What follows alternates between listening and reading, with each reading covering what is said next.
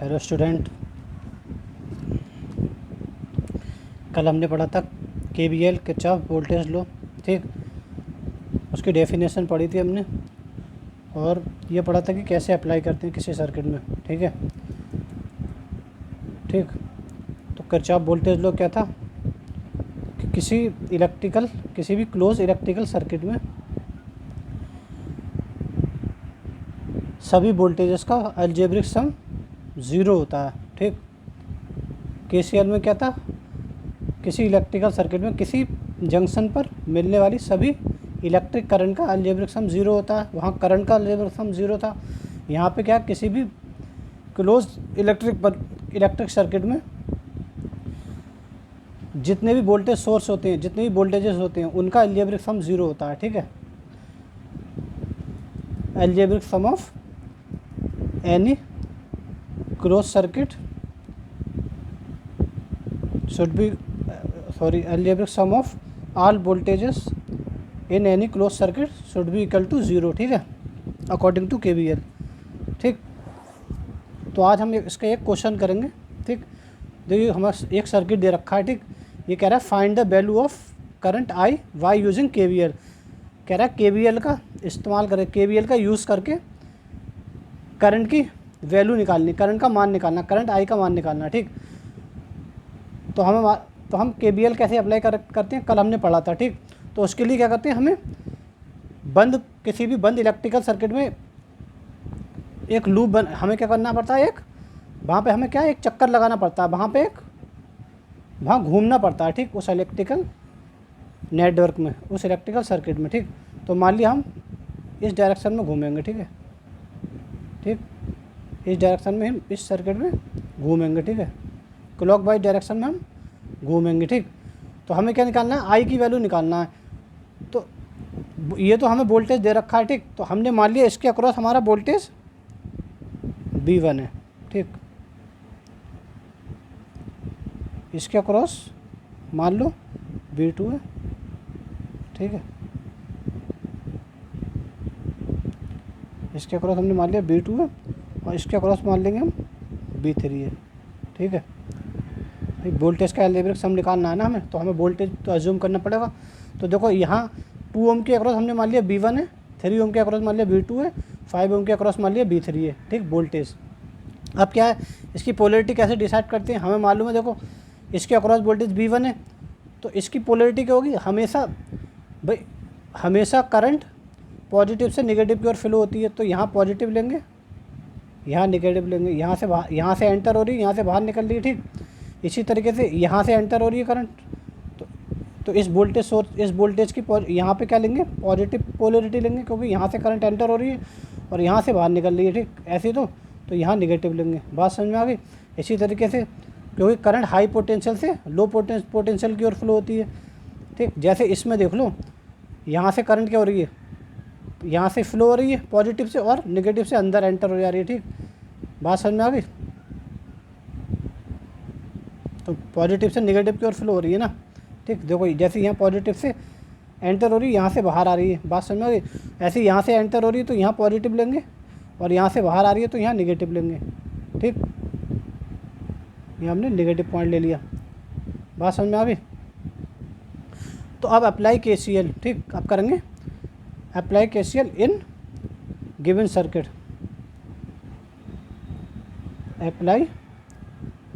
KVL in given circuit.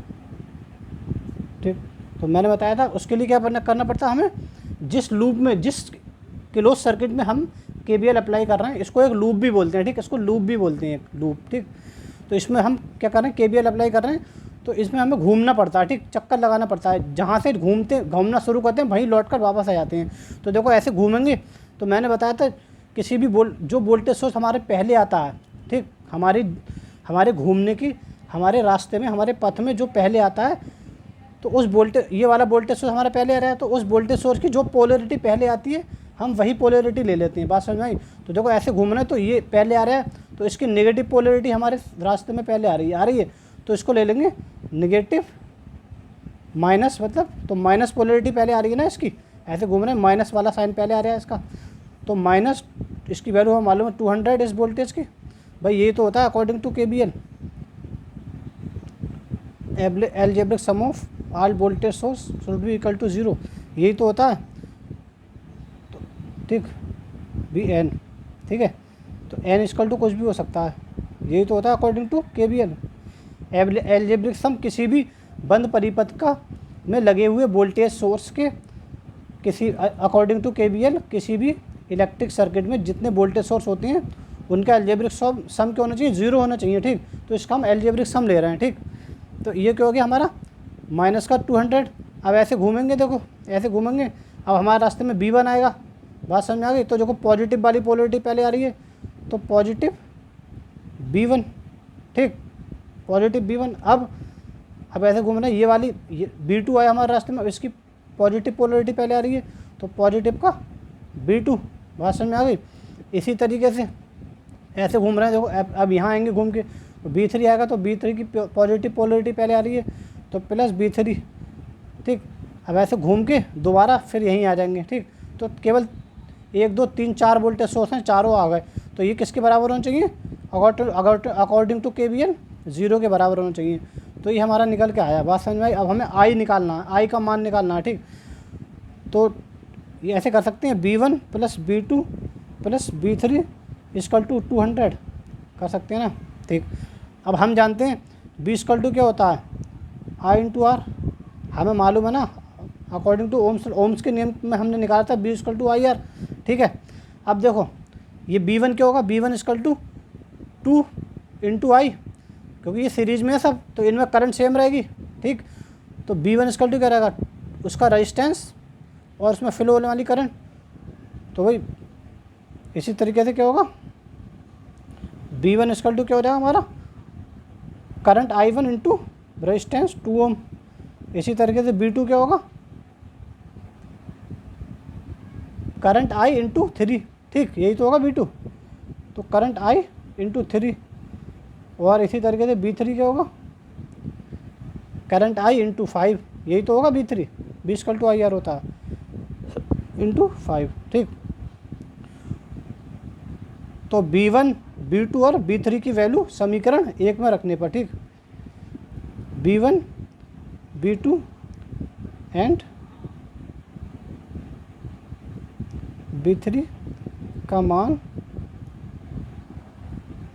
Equation 1 में रखने पर। ठीक है, तो V1 V2 और B3 का मान कहाँ रखेंगे, समीकरण 1 में रख देंगे। ठीक है, चलिए रखिए।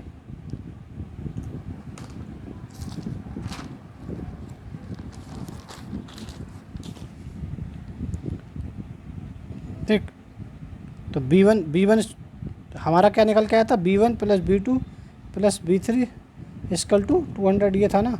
अब B1 इक्वल टू क्या है, I into 2 plus B2 equal to क्या, I into 3 plus B3 equal to क्या, I इंटू 5 इक्वल टू 200। बात समझ में आ गई। अब यहाँ से देखो ये I और ये I, ठीक, कॉमन ले लें, तो अंदर क्या बचा, 2 प्लस 3 प्लस 5 इक्वल टू 200।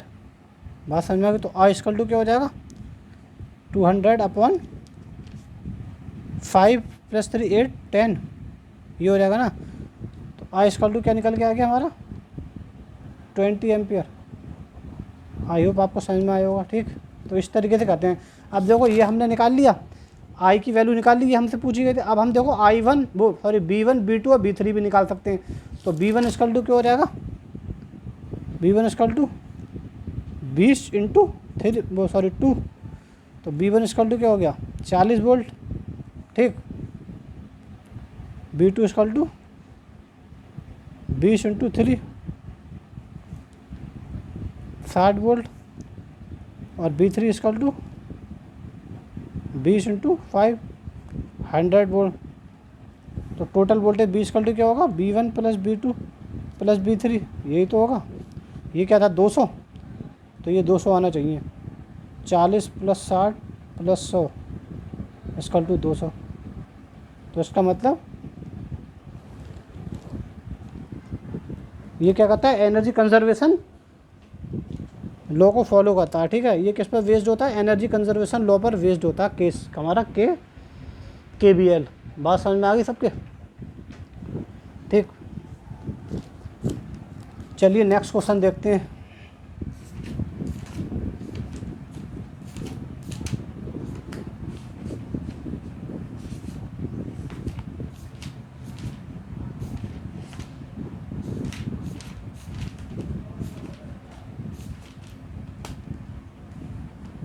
ठीक है, क्वेश्चन दिया, एक क्वेश्चन दे रखा है।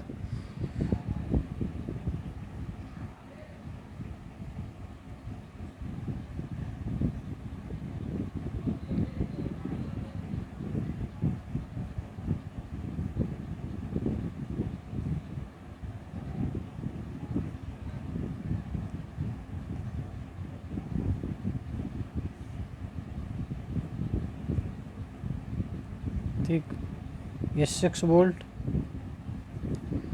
4 वोल्ट, ठीक है, ये 4 वोल्ट दे रखा है, ठीक। ये बोल लिया, ठीक, 4 वोल्ट दे रखा है, ये 6 वोल्ट दे रखा है, ये दे रखा है 2 ओम 3 ओम 10 ओम, ठीक, ठीक है। ये मान लो ये हमारी यहाँ से I1 फ्लो हो रही है, मान लो यहाँ पे I2 फ्लो हो रही है, इस वोल्टेज सोर्स से I2 फ्लो हो रही है, इससे I1। तो यहाँ मान लें हमारा यहाँ क्या होंगी, देखो दोनों आके मिलेंगी, तो इसमें क्या जाएगी, I1 प्लस I2, ठीक। ये क्या एक जंक्शन है, ये एक जंक्शन है ना, जंक्शन तो ये I1 आ रही है, ये I2 आ रही है, मिल रही है यहाँ पे आके, दोनों मिलेंगी, तो ये मिल के कहाँ जाएंगी, यहाँ जाएंगी।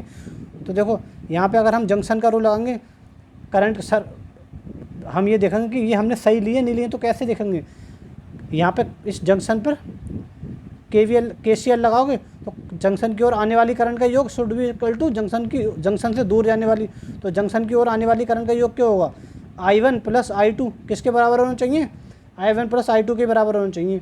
भाई इसकी ओर आने वाली करंट का योग कितना है, I1 प्लस I2, और इससे दूर जाने वाली करंट का योग भी कितना होना चाहिए, I1 प्लस I2। तो I1 प्लस I2 हमने ले लिया, ये यहाँ फ्लो हो रही है इस वाले में, बात समझ में आ गई। तो 6 ओम से यहाँ क्या फ्लो हो रही है, I1, और 4 ओम की 6 वोल्ट के कारण यहाँ I1 फ्लो हो रही है इसमें, इस प्रतिरोध में, और 4 वोल्ट के कारण इसमें, इस प्रतिरोध में I2 फ्लो हो रही है, और इन दोनों के कारण इस 4 ओम में 10 ओम में I1 प्लस I2 फ्लो हो रही है। अब ये क्या कह रहा है, प्रत्येक प्रतिरोध में धारा का मान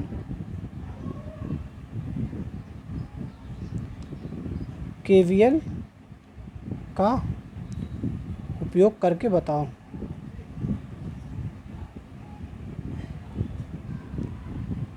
ये क्या कह रहा है, KVL का उपयोग करके प्रत्येक प्रतिरोध में धारा का मान बताना, मतलब I1 I2 and I1 plus I2 पूछा हमसे, ठीक, ये पूछ रखा हमसे, बात समझ में आ गई। ये इतनी सारी चीज़ें पूछी हैं, I1 I2 और I1 प्लस I2 हमसे पूछ रखा है यहाँ पे। ये क्या कह रहा है, प्रत्येक प्रतिरोध में धारा का मान KVL का उपयोग करके बताओ, ठीक।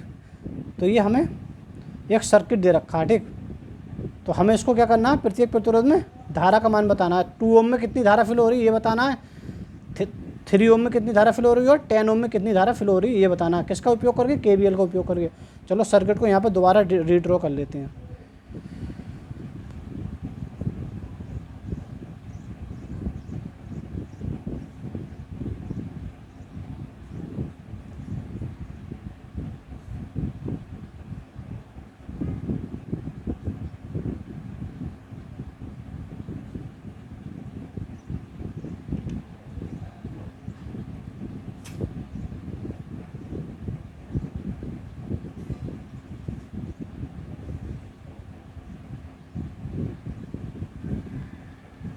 ये I1, ये I2, ये I1 प्लस I2, बात समझ में आ गई।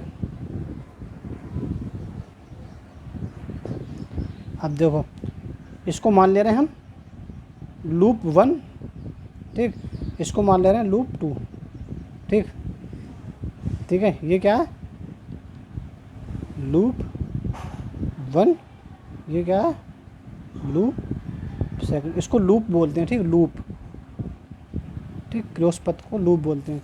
अब मान ले रहे हैं, देखो यहाँ पे मान ले रहे हैं हमारा वोल्टेज V1 है इसके अक्रॉस, ठीक, इसके अक्रॉस मान ले रहे हैं वोल्टेज V2 है, ठीक है। इसके अक्रॉस वोल्टेज V1 मान लिया, इसके अक्रॉस वोल्टेज V2 मान लिया, और इसके अक्रॉस यहाँ से लेकर यहाँ तक मान ले रहे हैं हम वोल्टेज V3। बात समझ में आ गई, ठीक। तो देखो करंट यहाँ से यहाँ फ्लो हो रही है, ये क्या लेंगे, पॉजिटिव टर्मिनल, ये निगेटिव। इसी तरीके से यहाँ पॉजिटिव टर्मिनल, सॉरी, करंट यहाँ फ्लो हो रही है ना, तो ये वाला पॉजिटिव होगा, ये निगेटिव होगा, ठीक, ये पॉजिटिव टर्मिनल होगा, ये निगेटिव टर्मिनल होगा, ठीक। इसी तरीके से देखो करंट ऊपर से नीचे की ओर फ्लो हो रही है, ये यहाँ से लेकर यहाँ फ्लो हो रही है, तो ये पॉजिटिव टर्मिनल होगा, ये नेगेटिव टर्मिनल होगा। बात समझ में आ गई, ठीक। देखो करंट ऐसे फ्लो हो रही है ना, तो करंट पॉजिटिव से नेगेटिव की ओर फ्लो होती है, तो ये पॉजिटिव, यहाँ B1 माना हमने, B1 का पॉजिटिव टर्मिनल ये है, माइनस ये है, क्योंकि करंट यहाँ से आ रही है और यहाँ से जा रही है। बात समझ में आ गई, I1। इसी तरीके से I2 यहाँ से आ रही है, यहाँ से जा रही है, तो ये पॉजिटिव टर्मिनल होगा, पॉजिटिव से नेगेटिव की ओर जाएगी, तो ये पॉजिटिव होगा B2 का, ये B2 लिया हमने, इसके अक्रॉस वोल्टेज 3 ओम के अक्रॉस B2 वोल्टेज लिया, तो ये पॉजिटिव टर्मिनल होगा, ये नेगेटिव टर्मिनल होगा। इसी प्रकार ये B3 लिया 10 ओम के अक्रॉस, तो करंट यहाँ से आ रही है ऐसे और यहाँ से बाहर जा रही है। बात समझ में आ गई, तो ये पॉजिटिव होगा, ये नेगेटिव होगा। तो ये लूप 1 है, ये लूप 2 है, ठीक है। तो इसमें हम क्या करेंगे, दोनों में एक चक्कर लगाएंगे। बात समझ में आई। तो सबसे पहले अप्लाई KVL लूप 1 में लगाएंगे हम। तो अप्लाई बारी बारी से लगाएंगे, ठीक, पहले इसमें लगाएंगे फिर इसमें लगाएंगे, ठीक, इससे आसानी हो जाती है। अप्लाई KVL इन लूप 1, ठीक है।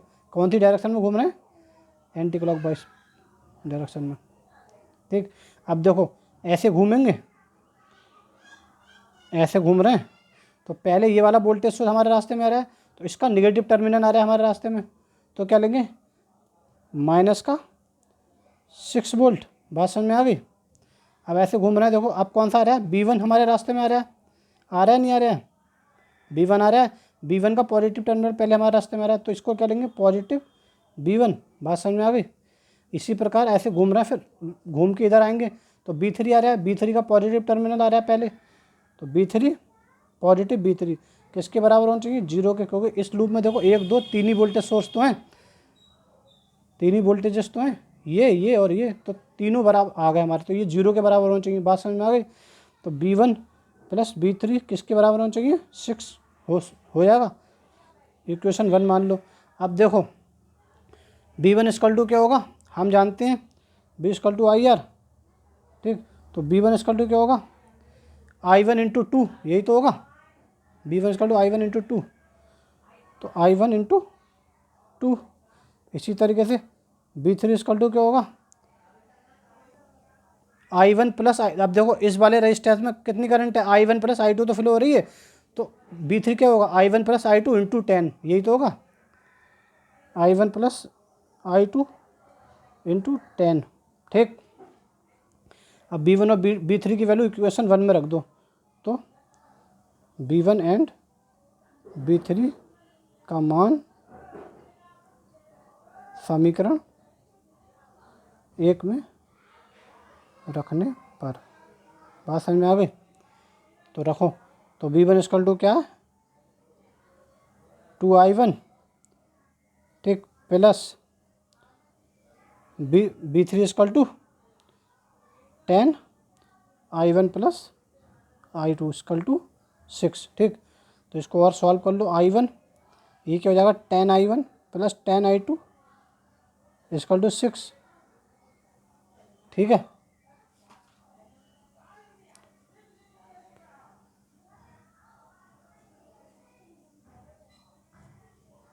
ठीक है, तो ये कितने हो जाएगा, 12I1 plus 10I2 equal to 6। ठीक,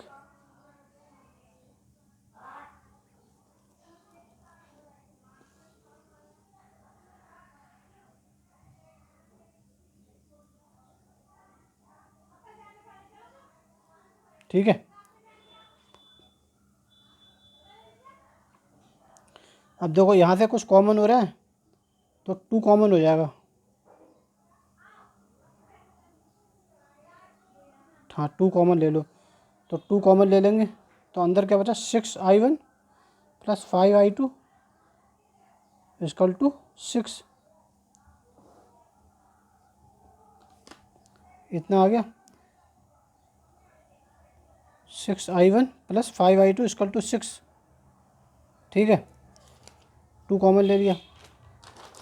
चलिए, क्या है, तो ये आया था 2 6I1 plus 5I2 equal to 6। तो ये 2 से ये कैंसिल, ये हो जाएगा 3। तो 6I1 plus 5I2 equal to 3। इसको इक्वेशन ए मान लो। ठीक है, बात समझ में आ गई। इसी तरीके से अप्लाई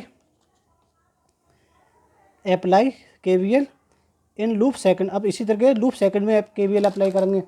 तो apply KVL in loop second.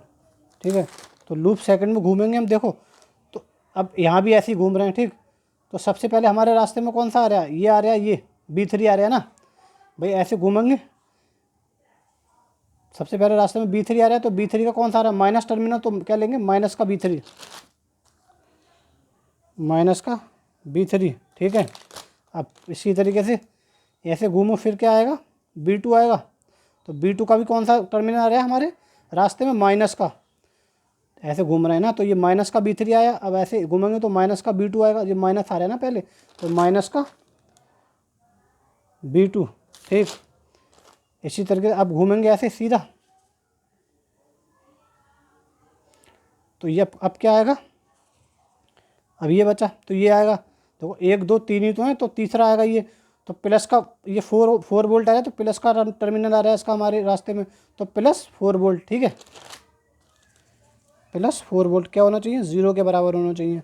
बात समझ में आ गई। तो ये क्या होगा, B2 plus B3 equal to 4। इसको इक्वेशन सेकंड मान लो। ठीक है, अब हम जानते हैं कि B इक्वल टू IR होता है। ठीक, तो B2 इक्वल टू क्या हो जाएगा, B2 इक्वल टू क्या हो जाएगा, B2 इक्वल टू, देखो इसमें करंट कौन सी फ्लो हो रही है, I2, और 3 ओम में, तो B2 इक्वल टू 3I2, यही तो हो जाएगा, 3I2। B2 equal to 3I2। इसी प्रकार B3 इक्वल टू, B3 क्या हो जाएगा, 10 और I1 प्लस I2। देखो इसमें I1 प्लस I2 फ्लो हो रही है ना, और 10 ओम है, तो 10I1 plus I2, 10 into I1 plus I2 आ जाएगा ये। ठीक, B3 इक्वल टू, तो 10 इंटू I1 प्लस I2। बात समझ में आ गई। तो इसका मान इक्वेशन सेकंड में रख देंगे।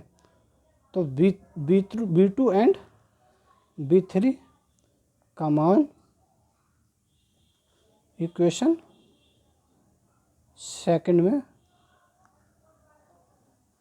रखने पर, बात समझ में आ गई। तो B2 इक्वल टू क्या रखोगे, 3I2 plus B3 equal to 10I1 plus I2 equal to क्या है, 4। बात सब ठीक है। I2 plus 10I2, sorry 10I1 plus 10I2 equal to 4। ठीक है, तो ये कितना हो जाएगा, 10I1 plus 13I2 equal to 4। ठीक,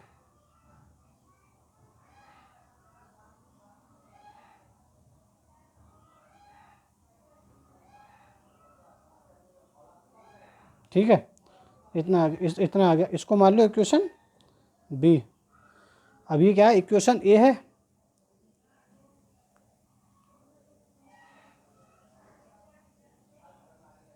ठीक, और ये इक्वेशन बी है।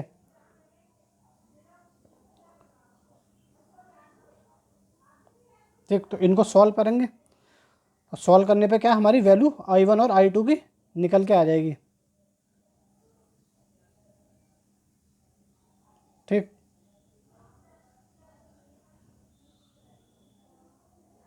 ठीक, तो इक्वेशन देखो, इक्वेशन ए और बी को साथ में लिख लो। ठीक, साथ में लिखते हैं इनको। तो सबसे पहले इक्वेशन ए को लिखो। तो इक्वेशन ए क्या थी हमारी, 6I1 5I2 इक्वल टू 3। ठीक, और इक्वेशन वी क्या है, 10I1 plus 13I2 equal to 4। ठीक, अब देखो, अब हमें क्या करना है, इसको सॉल्व करना है। तो हम इसमें कुछ ऐसा करेंगे तो कुछ वैल्यू हमारी कैंसिल हो जाए। ठीक, तो देखो, अगर हम क्या करें, इसमें इस वाली इक्वेशन में मल्टीप्लाई कर दें 5 से, इसमें कर दें 3 से। ठीक, तो क्या बनेगा हमारा, इसमें हमने 5 से मल्टीप्लाई कर दिया, इसमें 3 से मल्टीप्लाई कर दिया, तो ये क्या आ जाएगा हमारा 30I1। ठीक, इस पूरी इक्वेशन में हमने 5 से मल्टीप्लाई करा और इसमें 3 से। ठीक, दोनों तरफ करेंगे ना हम मल्टीप्लाई। ठीक, 25I2 इक्वल टू 15। ठीक, इसी तरीके से ये वाली क्या हो जाएगी, 30I1 प्लस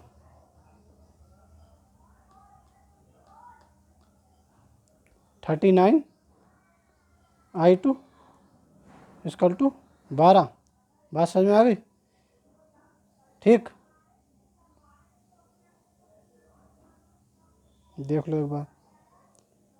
ठीक है, अब हम क्या करेंगे, इसको माइनस कर देंगे। ठीक, इसको घटा देंगे। ठीक, सब्ट्रैक्शन कर देंगे इसका। ठीक है, घटा देंगे, तो ये क्या हो जाएगी 0, ये तो कैंसिल हो गई। ठीक है, यहाँ क्या बचेगा हमारा,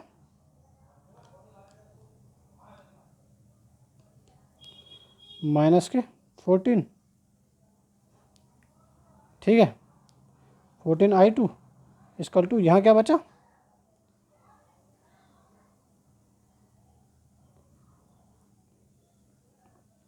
तीन।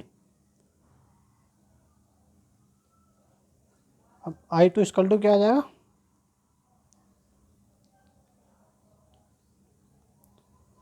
माइनस के 3/14। ठीक है, तो I2 इक्वल टू हमारा निकल के आ जाएगा माइनस के, I2 आ जाएगा माइनस के 0.0214 एम्पियर। ठीक है,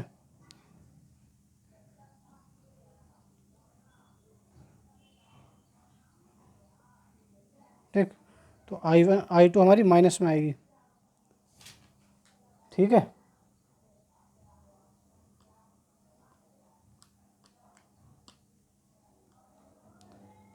इसी तरीके से अब I2 की वैल्यू क्या रखेंगे, इक्वेशन V में या A में रख दो। ठीक, तो I2 की वैल्यू, I2 का मान इक्वेशन B में रखने पर। ठीक है, I2 का मान इक्वेशन B में रखने पर। अब I2 का मान इक्वेशन B में रख दो, तो इक्वेशन B हम देखेंगे क्या निकल के आई थी हमारी। तो इक्वेशन B क्या थी, 10I1 प्लस 13 इंटू माइनस के 0.214 इक्वल टू 4। ठीक है,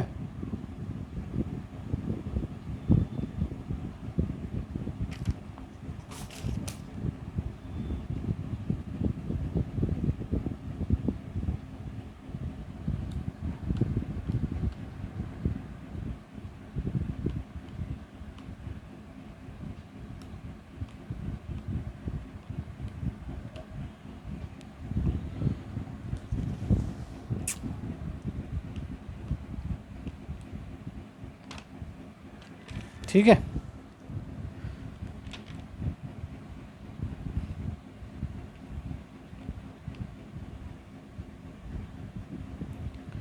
ठीक है, तो ये इक्वेशन हमारी निकल के आई। ठीक, ये मान निकल के आएगा हमारा 10I1 प्लस 13 ये I2 की वैल्यू वाली इक्वल टू 4। ठीक, चलिए इसको सॉल्व करते हैं। ये क्या है 10I1, तो ये क्या है माइनस का आ जाएगा, माइनस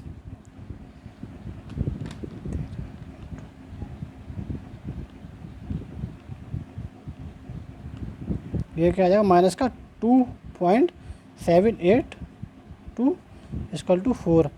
तो 10I1 इक्वल टू क्या आ जाएगा 4 प्लस 2.782।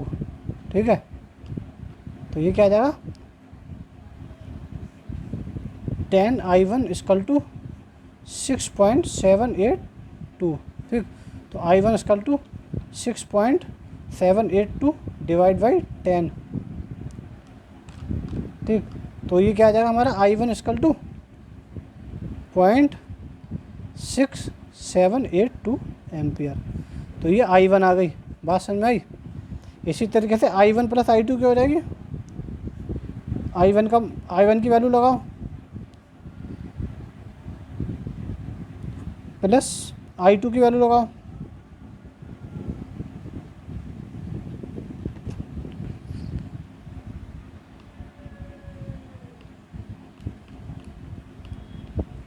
तो I1 plus I2 equal to क्या आ जाएगी हमारी 0.4642 एम्पियर।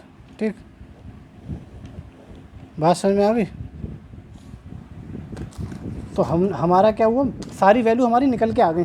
ये जो सर्किट दे रखा था इसके प्रत्येक रेजिस्टेंस में, प्रत्येक प्रतिरोध में हमने KVL का यूज़ करके करंट का मान निकाल लिया।